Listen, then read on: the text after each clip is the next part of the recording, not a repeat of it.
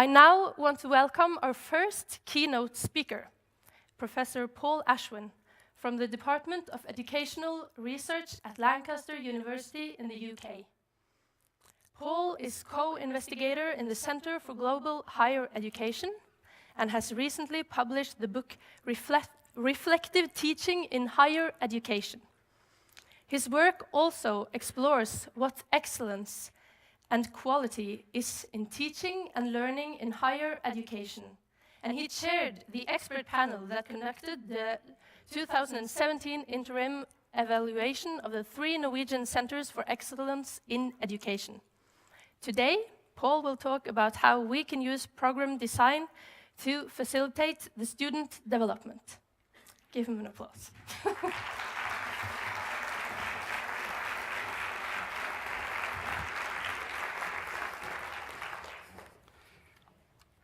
Thank you. Obviously, having conversations in a room like this is quite difficult, but I hope that what I'm going to talk about today will at least enable the beginning of a conversation. You'll see on this first slide that I have my email address and my Twitter address, and if you want to carry on the conversation after this presentation through either of those, I'd be delighted to do so. One of the things I really want to focus on today is about the conversation that higher education has with society. How we talk about what we do as universities and as institutions of higher education. And I think there are just 2 small problems with that conversation that we have with society about higher education. Those 2 small problems are that we're not very good at explaining what's important about the education part of higher education. And the other small problem is that we're not very good at talking about what's higher about the higher education. So, just 2 small problems in the notion of higher education that we don't know. We're not very good at explaining how it's educative, and we're not very good at explaining how it's higher. Other than that, things are fine. And as part of those challenges, I think there's 2 things that I would really focus on that we need to develop and think about. The first is our ideas of academic leadership. I'm talking particularly about academic leadership. What does it mean to be an academic leader? How do we share those ideas about academic leadership? How do we integrate that to our views of education? And related to that, how do we talk about curriculum? I think we're really not good about talking about a notion of curriculum, and I'm really going to focus on that today. Now, that notion of academic leadership and the other notion of curriculum really bring a focus to study program leaders. To me, they're one of the most important and one of the most undervalued actors in higher education. It's an absolutely crucial role to be the person who is leading programs, who's inviting students into those programs and saying, look what our programs can do for you. This is how we're going to help you to change yourself and change the world. That's an absolutely crucial role in how we develop higher education. But again, we don't deal with it particularly well. We're not particularly thoughtful about how we approach that leadership. And I think, work that was done by NIFU that looked at the role of the study program leader suggested that there's a sense of a vacuum in being clear about what that role is and what it involves and what's needed to support it. But before I go there, I'd like us to spend, and you individually to spend, just a bit of time thinking about a why question before we get into the what and the how. So this question is, why does it matter that students have access to higher education? Why do we care? We had a student give a brilliant opening there, but why do we care that students have access to higher education? Why is it important? What would we lose if they didn't? So if you can just spend a couple of minutes just thinking to yourself about that question, about why it's important, and I'll get myself a drink of water and then we'll come back together. Okay then, I can hear people laughing, so clearly you're having good conversation. But having started that conversation about reasons why, I'd just like you to just spend a bit more time going, okay, we've discussed various reasons, we've opened it up, but what's the most important reason? Of the ones you've discussed with the people next to you, what actually is the most important reason? So I'll give you a couple of minutes to think about that, and then we've got some microphones, and I'll just ask a few people to give us their important reasons, just so we can get a sense of, within this room, what people think are the most important reasons. So have a minute or so to think about that, and as I say, well then, I think, am I right in thinking we've got some microphones? Yep. Okay, so have a couple of minutes to think, and think about whether you want to hide or whether you want to put your hand up and say what your reason is. Okay. So do we have anyone who's kind enough and brave enough to share with us their most important reason? We have someone down here. There's a microphone coming. It's on its way. It's nearly there. Here it comes. It's definitely coming. There we go. Thank you. Okay. My bit is we need them to be better than us so that we can better ourselves. Okay. That would be my most important reason. Okay, great. So we need them to be better than us. Great. Any advance on being better than us? Anyone got something better than us?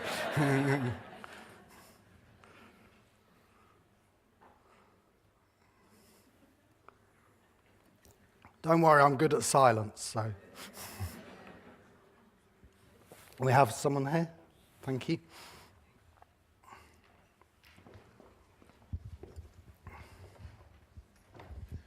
For me, it would be to provide a set of skill set to students so they can interact with the modern society. Okay, so we've got a sense of a whole person better than us. We have a sense of particular skills. There's someone here. Thank you. In Norwegian, the word for education is utdanning, and this expression of dannelse, and I don't really know how to say it in English, but to be able to go up and look down on yourself and the profession that you are into, and to deal with other professions in building of democracy and welfare state, and yeah. Okay, so a sense of reflection, be able to reflect upon yourself and the profession that you are educating for. Okay, so a sense of a bigger picture, but contains your profession, your discipline, your expertise, but you have a sense of how that fits with society. Yeah. Okay, that's great. Thank you. Okay, maybe one more. There's one just at the back there.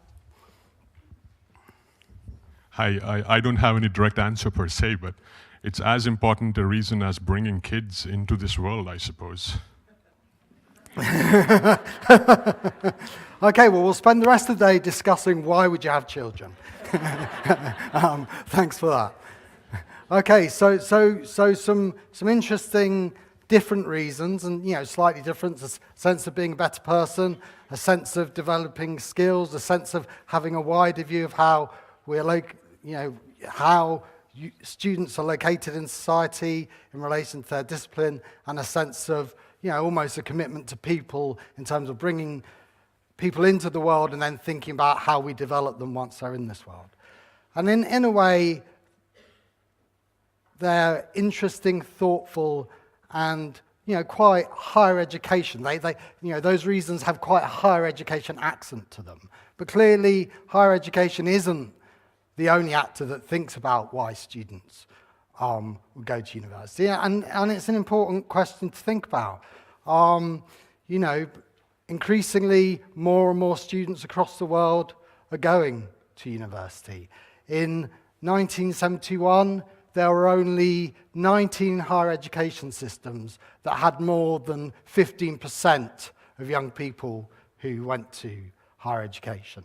In 2013, 56 higher education systems had more than 50% of people going to universities. What are called by my colleague Simon Margis and others, high participation systems. So clearly in society, there's a great sense that higher education can do things.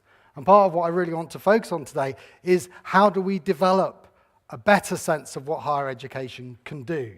And how do we communicate that to others? Because as I say, other actors have views. So from the Norwegian white paper in 2017, obviously an English translation, and not done by me. I have no Norwegian, I will say this from now. But a first part about anyone who's ever set foot in university or university college remembers the lecturer who really opened your eyes and helped you to see the world in a new way, who took you seriously as a student, who introduced you to the academic community. This is the foremost task of higher education. Now, for someone from England with Anglo-Saxon's eyes, this is amazing for a government to be saying this about higher education. We would not have this in our higher education white paper. So that's one sense of higher education, about something that's not a good to be communicated to consume, but something that's formed together. And then later in the white paper, a sense of one of the main objectives is for students to receive an education that will be relevant to their working lives. What can higher education institutions do to ensure that students not only graduate with skills that are in demand in today's societies, but have the ability to adapt and renew themselves? So a sense that it is about knowledge, but it's also about employability. And I think this gives us a potential tension. I don't think it's necessarily a tension. One of my central arguments today will be that actually ensuring that this isn't a tension is one of our main tasks. But there is a way of construing the sense of, on the one hand, higher education is about engaging with knowledge, and on the other hand, higher education is about preparing students for employment, that suggests that somehow these things contradict each other, that somehow they pull in different directions. And that if we think about higher education as about employment, that is something that's different from thinking about higher education as being about engaging with academic and professional knowledge. So to give you a sense of why I feel that can be a potential contradiction and a potential challenge that we need to address, here's a view of one possible future for higher education. And it came out of one of the examples that we were given about what higher education's for. Okay? The key thing that higher education should do is enhance the employability of graduating students. That really what our task is to make them ready for the world of work. And that this is less about academic knowledge and more about a commercially aware candidate with broad generic skills. And I think this vision of higher education, and I'm certainly not suggesting that was the vision that you're offering, just to be clear that I haven't set you up to fall. But the version of this that could be called generic competencies, I think is deeply problematic. The idea that higher education is about providing the next generation of professionals, that what we need to do is we need to work out what are the generic competencies, what are the skills that employers and society really value, and then we need to give those to our students, and then this will lead our economy and our society to develop, and also will allow our students to develop. And I think this picture, this vision of a future of higher education is deeply problematic, and I'll explain why. So, the problem with this is around the notion of generic competencies. So, and the issue I mean here is not that there's a problem with competencies when they're situated in particular contexts within particular disciplines, but they become very problematic when we take them out of those contexts and we talk about them as a general thing. So if we take some of the generic competencies that are mentioned in the white paper that I referred to earlier. Communication. Okay, the idea that there's a generic competence of communication. So does that mean that if I'm adequate at communicating in English, I'm also adequate at communicating in Norwegian? No, that makes no sense.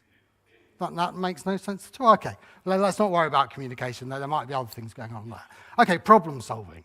Problem solving. There's a nice generic skill. You know, I can solve problems. Okay, so if I'm good at solving problems in chemistry, then I can solve problems in economics. Oh, no. Okay, well, maybe there's a bit of context there. Let's take teamwork.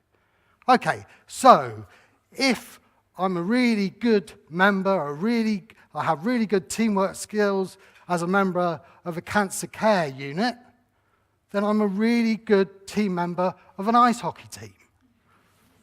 Oh no.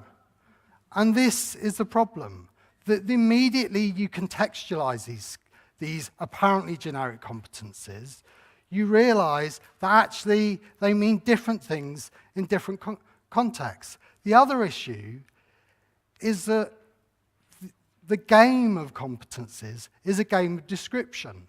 You can describe any event in terms of as many competencies as you have the imagination to think about.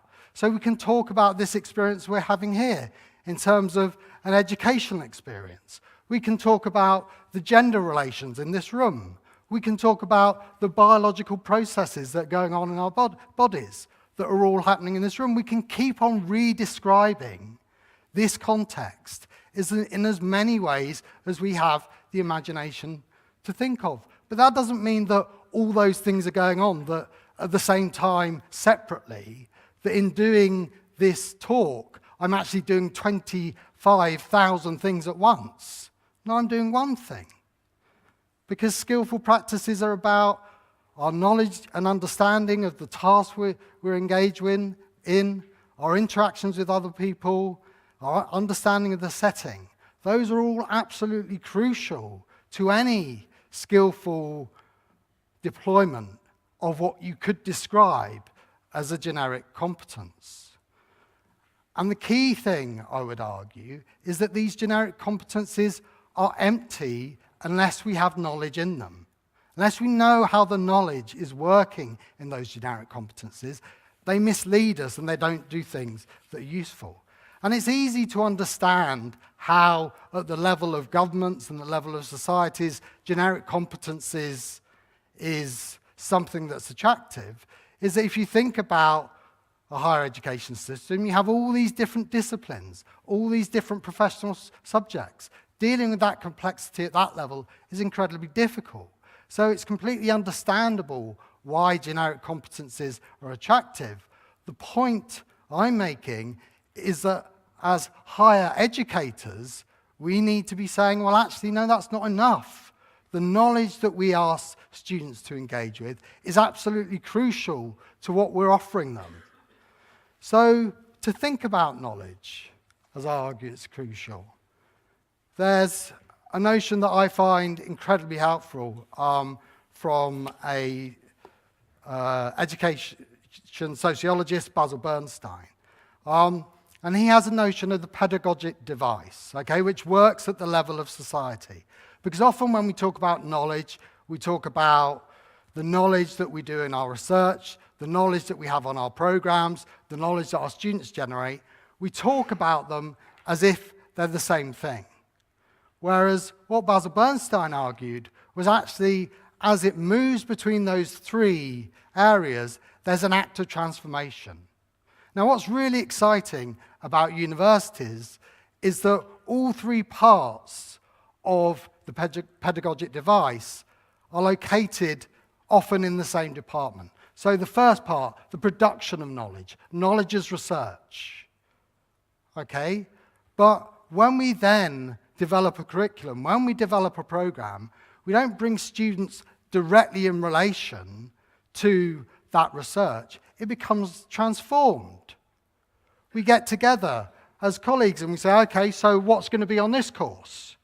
And there are political discussions. And they say, oh, well, you know, Bob's always taught this module. We've got to have this module because we have to. It's his favorite. And he's a very powerful person. So that goes in.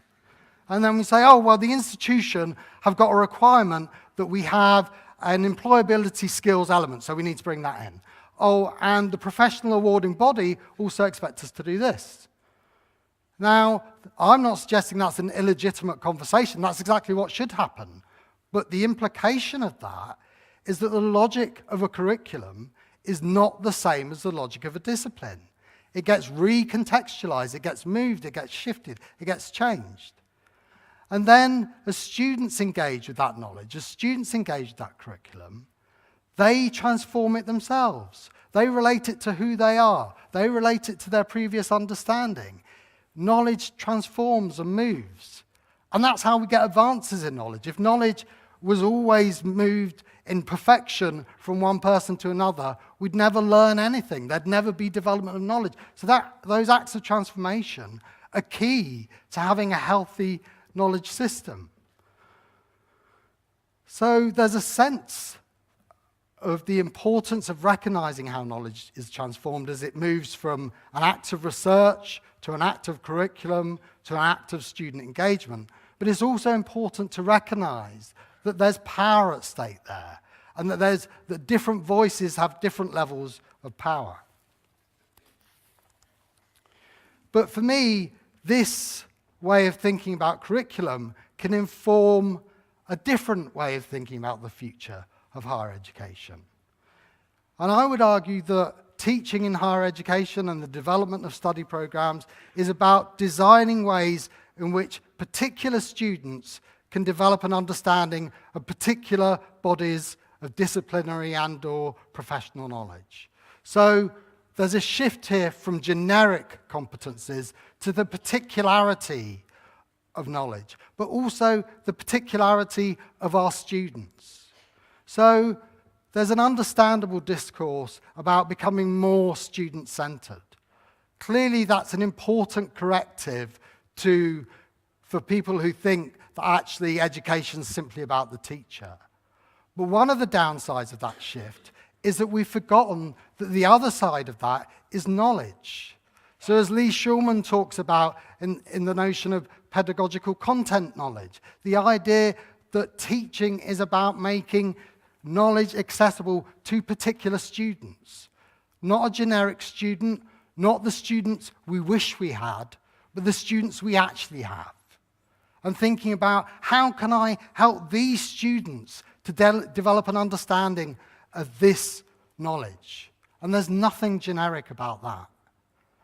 And for me, the transformational sense of an undergraduate degree is about, what people talked about before, about how students are changed through their engagement with knowledge, how they see themselves differently, how they see the world differently, how they feel they can do different things in the world because of the knowledge that they've engaged with, and how they relate their identities to that profession. So that really nice sense that was given before about looking above, thinking about how your discipline or your profession is related to the rest of society and how you fit into that. Now, this doesn't always happen. There's an element that students have to take a responsibility. Students have to engage and take knowledge seriously, but also we as educators have to provide an educational experience that actually supports them in doing that. So to give you an example of the kind of thing I mean. Okay, this is a quote from a research project I was involved in that looked at sociology. And this student, who we give the pseudonym Esther to, says, "There's no destination with this discipline. There's always something further. And there is no point where you can stop and say, I understood. I'm a sociologist. The thing is, sociology makes you aware of every decision you make, how that would impact on my life, and how that can impact on someone else's. And it makes the decision harder to make." One of the things I love about this quote is a sense of gain and loss in engagement with knowledge. In terms of the way knowledge changes us, we gain things, we gain insights, but we also leave some things behind. So it's not a straightforward, joyous experience. It's a fulfilling struggle. Now, at some point, if I gave you the opportunity, I'm sure someone would say to me, Paul, sociology. We know that's what sociology is about, but we real disciplines, we don't do that sort of mucky stuff. So here are some examples from other studies that try and do that. Now, what we have here is we have a series of discipline or professional areas, a number of studies. And by the way, I'm happy to make these slides available, and the references are in the slides, so that will happen. And there's a sense of moving from the least inclusive account, the most basic account of that discipline, through to a watershed account, the account we'd hope students would get, certainly by the end of their degree, to the most inclusive, most developed account. And so you have a sense in mathematics of shifting from maths being about numbers, that's what maths is, it's about a series of numbers, to actually maths being about models, to maths being about an approach to life. And these are all based on student interviews, all based on students' accounts of how they understand these disciplines. One of the interesting things about maths is I was doing a study where we were looking at students' engagement in a high-status university, and the student saying to me, Paul, maths is a way of life to me. I see maths everywhere. When I cross a road, I think about the car approaching me in terms of mathematical models and how that affects me. And I think about this desk and how this glass is stable and how the forces are in equilibrium and how that works. That's how I see maths. It's not what we do on our course. Our course is about passing exams. It's about doing maths questions. So this isn't a sense of that what we're offering our students is something that's amazing and our students are just interested in something much more basic. It's about an ongoing conversation. Again, in accountancy, a study that found that students, there was a sense of accountancy just being routine work, to accountancy being something meaningful, to accountancy being something moral. In law, a shift from law being about the content of law, to law being about a system, to law being about an extension of the self, and so on in those other studies.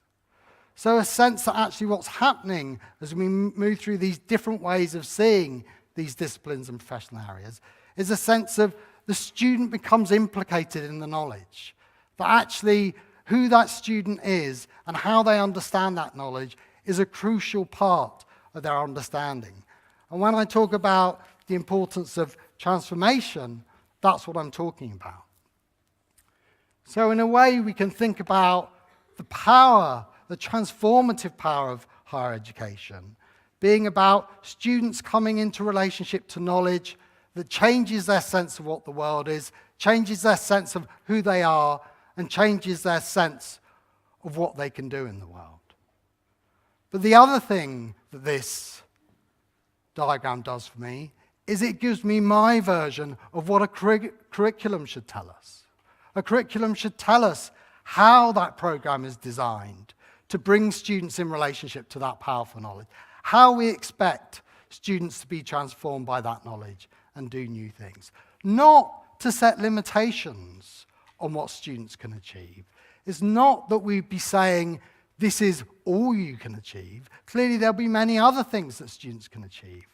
But my argument is that if we're inviting students onto our programs, if we're saying, look, we've got some really exciting things that we think you need to know that will change the way that you will understand the world, that can change what you can do, then we need to be able to communicate that and explain, not in a way that's once and for all, not in a way that we'll do it once and we'll get it right, but in a way that's an ongoing conversation about what we're trying to achieve in our programs.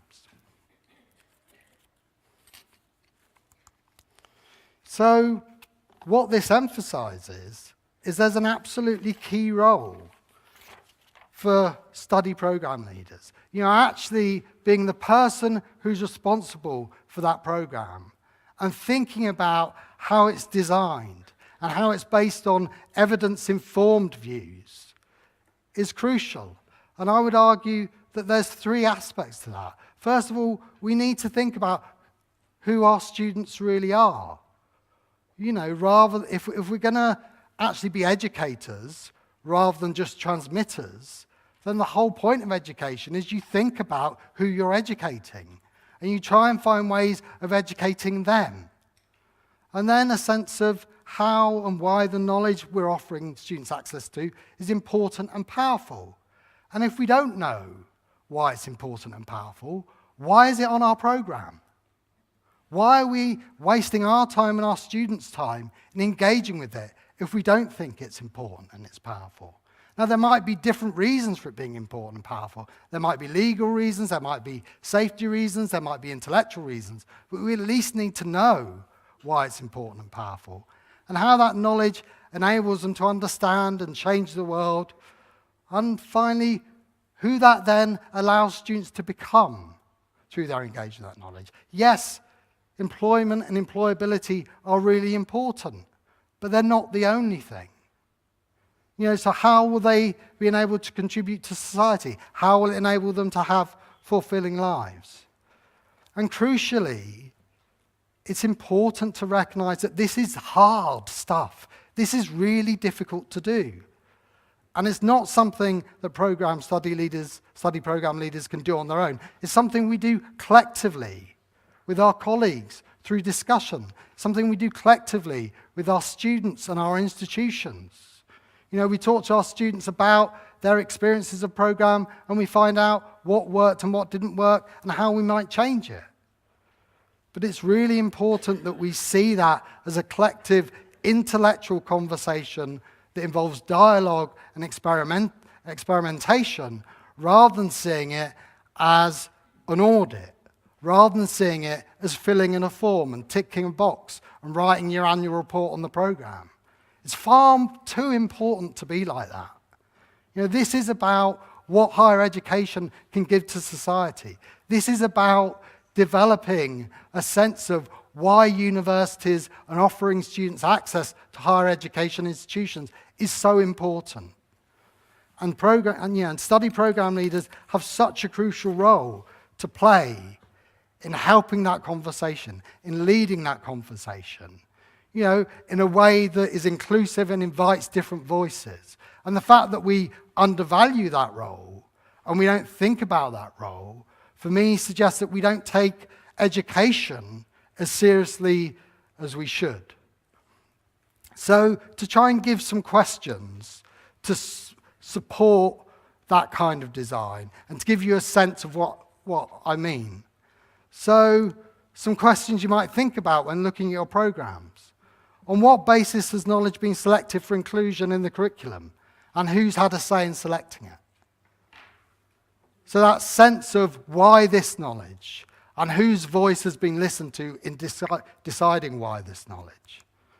Second, as I've emphasized, what account has been taken of who the students are and what they know in designing this curriculum? There's such a sense in such a sense in society. Maybe this is an English thing. You can tell me whether that happens in Norway, in which employers say, it's the universities. They don't teach them properly. If only universities did their job, everything would be fine. And then universities say, well, you know what? It's the schools. It's the schools. They don't teach students the way we need them to teach them. It's just not right. And the schools say, it's the preschool care, it's the nurseries. They just don't do the things we need them to do. And the nurseries say, it's the parents. Society's changed. Parents aren't what they used to be. And the parents say, it's them, isn't it? It's their fault.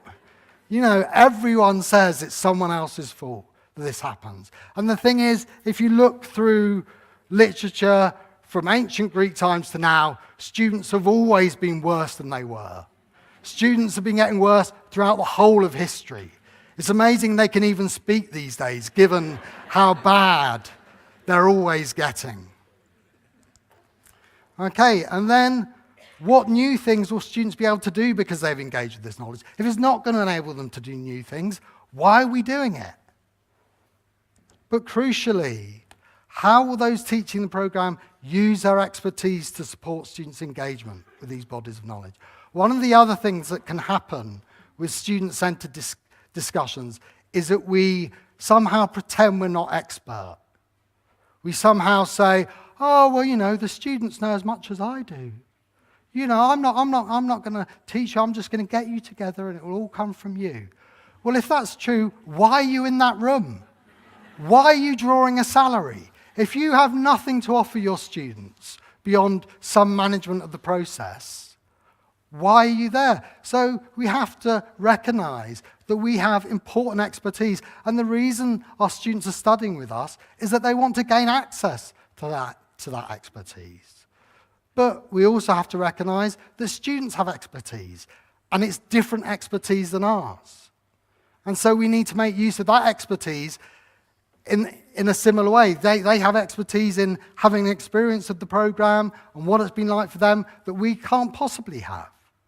So we have to recognize the differences in expertise, but we also have to own our expertise. And we also have to think about how our expertise informs what we do. So we've got students and we've got academics, but also there's other things that support. There's other learning support professionals who come into that discussion. There's teaching and learning interactions. How do we use those to support students' development of knowledge? How do we use readings and technologies?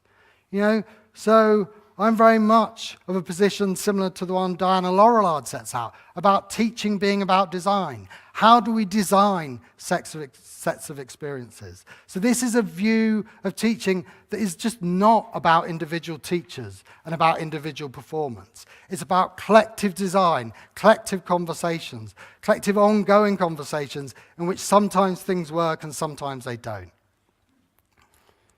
And how and why do we think this engagement will lead to new ways of thinking for students? Why do we think all this work is going to change our students' way of thinking? And then, what evidence have we used to inform the design? How have we looked at what students have told us before? How have we looked at how students have performed before? What investigations have we undertaken in our own context to think about, well, what's worked here? I'm not sure that went very well. And also, how have we drawn on the research literature to inform that design?